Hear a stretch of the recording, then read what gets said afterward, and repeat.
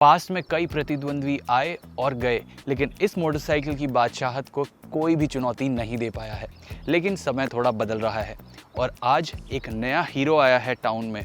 ये है hero Maverick 440, hero MotoCorp की फ्लैगशिप मोटरसाइकिल। दोनों का काफ़ी करीबी मुकाबला है और आज हम आपको इस वीडियो में इन्हीं के बारे में बताने वाले हैं। Welcome to NDTV auto. लेकिन आगे बढ़ने से पहले हमें सब्सक्राइब कर दीजिए और वो छोटा सा बेल आइकन दबाना ना भूलें।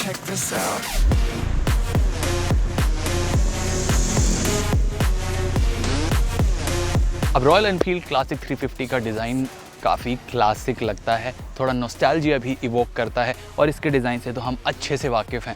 लेकिन जो हीरो की मैवरिक 440 है, ये जैसा नाम आप सुन रहे हो वैसा ही इसका डिज़ाइन है। काफ़ी न्यू एज डिज़ाइन देखने में लगता है एंड थोड़ा लगता है कि आप एक मॉडर्न मोटरसाइकिल को देख रहे हो। आपको क्लासिक 350 की रेट्रो क्रूजर डिज़ाइन पसंद है या फिर मैवरिक की नियो रेट्रो डिज़ाइन? हमें कमेंट करके बताइए। हीरो मैवरिक का इंजन ज़्यादा बड़ा है, 440 सीसी का सिंगल सिलेंडर इंजन है। इसमें हार्ली डेविडसन के इंजीनियर्स का भी हाथ है और यहाँ पर आपको 350 सीसी का सिंगल सिलेंडर इंजन मिलता है और ये इंजन से बेहतर फिगर्स इस इंजन में आपको मिलते हैं हीरो मैवरिक के, बिकॉज इनके पास रेफरेंस पॉइंट भी था कि इस मोटरसाइकिल से तो बेहतर ही होना है। लेकिन इन सब के बारे में और ज़्यादा डिटेल में बात करेंगे जब हम इन्हें राइड करेंगे। अभी के लिए मैं आपको दोनों के एग्जॉस्ट नोट सुना देता हूँ। पहले यही नॉस्टैल्जिया इवोकिंग डुग डुग वाली साउंड आपको सुनाता हूँ क्लासिक 350 की।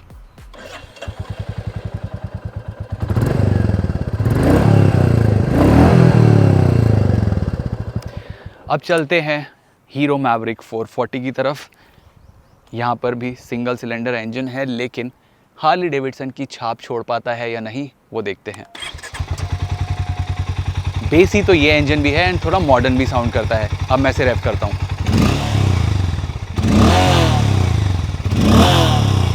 आपको इन दोनों में से कौन सा एग्जॉस्ट नोट पसंद आया, हमें कमेंट करके बताइए।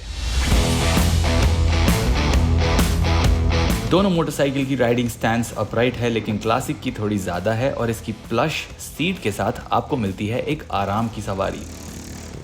मैवरिक में राइडिंग स्टैंस थोड़ा स्पोर्टी है और इसकी हैंडल बार्स वाइड हैं, तो इसमें कंफर्ट के साथ साथ राइडर एंगेजमेंट लेवल भी बेहतर रहता है।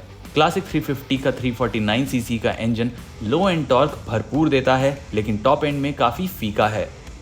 बट जिस किस्म की क्रूजिंग के लिए ये बनी है उसके लिए ये बेहतरीन काम करती है। मैवरिक का इंजन और गियरबॉक्स कॉम्बिनेशन थोड़ा ज़्यादा ईगर रहता है स्पोर्टी राइडिंग के लिए।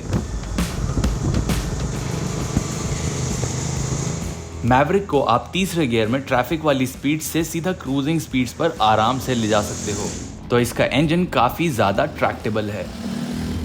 हैंडलिंग में आरी क्लासिक 350 में आराम का मामला है, क्योंकि इसमें कंफर्ट तो बढ़िया है लेकिन डायरेक्शन चेंजेस काफ़ी आराम से करने पड़ते हैं। ये उतनी ज़्यादा निम्बल और एजाइल नहीं लगती है।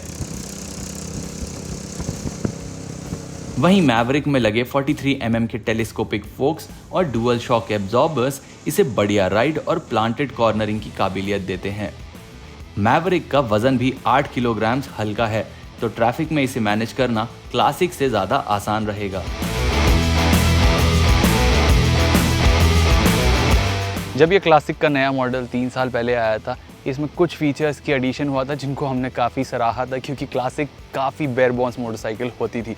लेकिन अब यहाँ हीरो मैवरिक 440 इसको काफ़ी ज़्यादा ऑब्सोलीट प्रूव कर देती है। इसमें ढेर सारे फीचर्स मिलते हैं आपको। ब्लूटूथ कनेक्टिविटी मिलती है, USB चार्जिंग मिलती है, इवन इसकी जो टायर्स हैं इसमें आपको ट्यूबलेस टायर्स मिलते हैं, यानी पंचर की जो झंझट है वो भी ख़त्म। और तो और मैवरिक में डुअल चैनल ABS भी स्टैंडर्ड है, बट क्लासिक में ये ऑप्शनल है।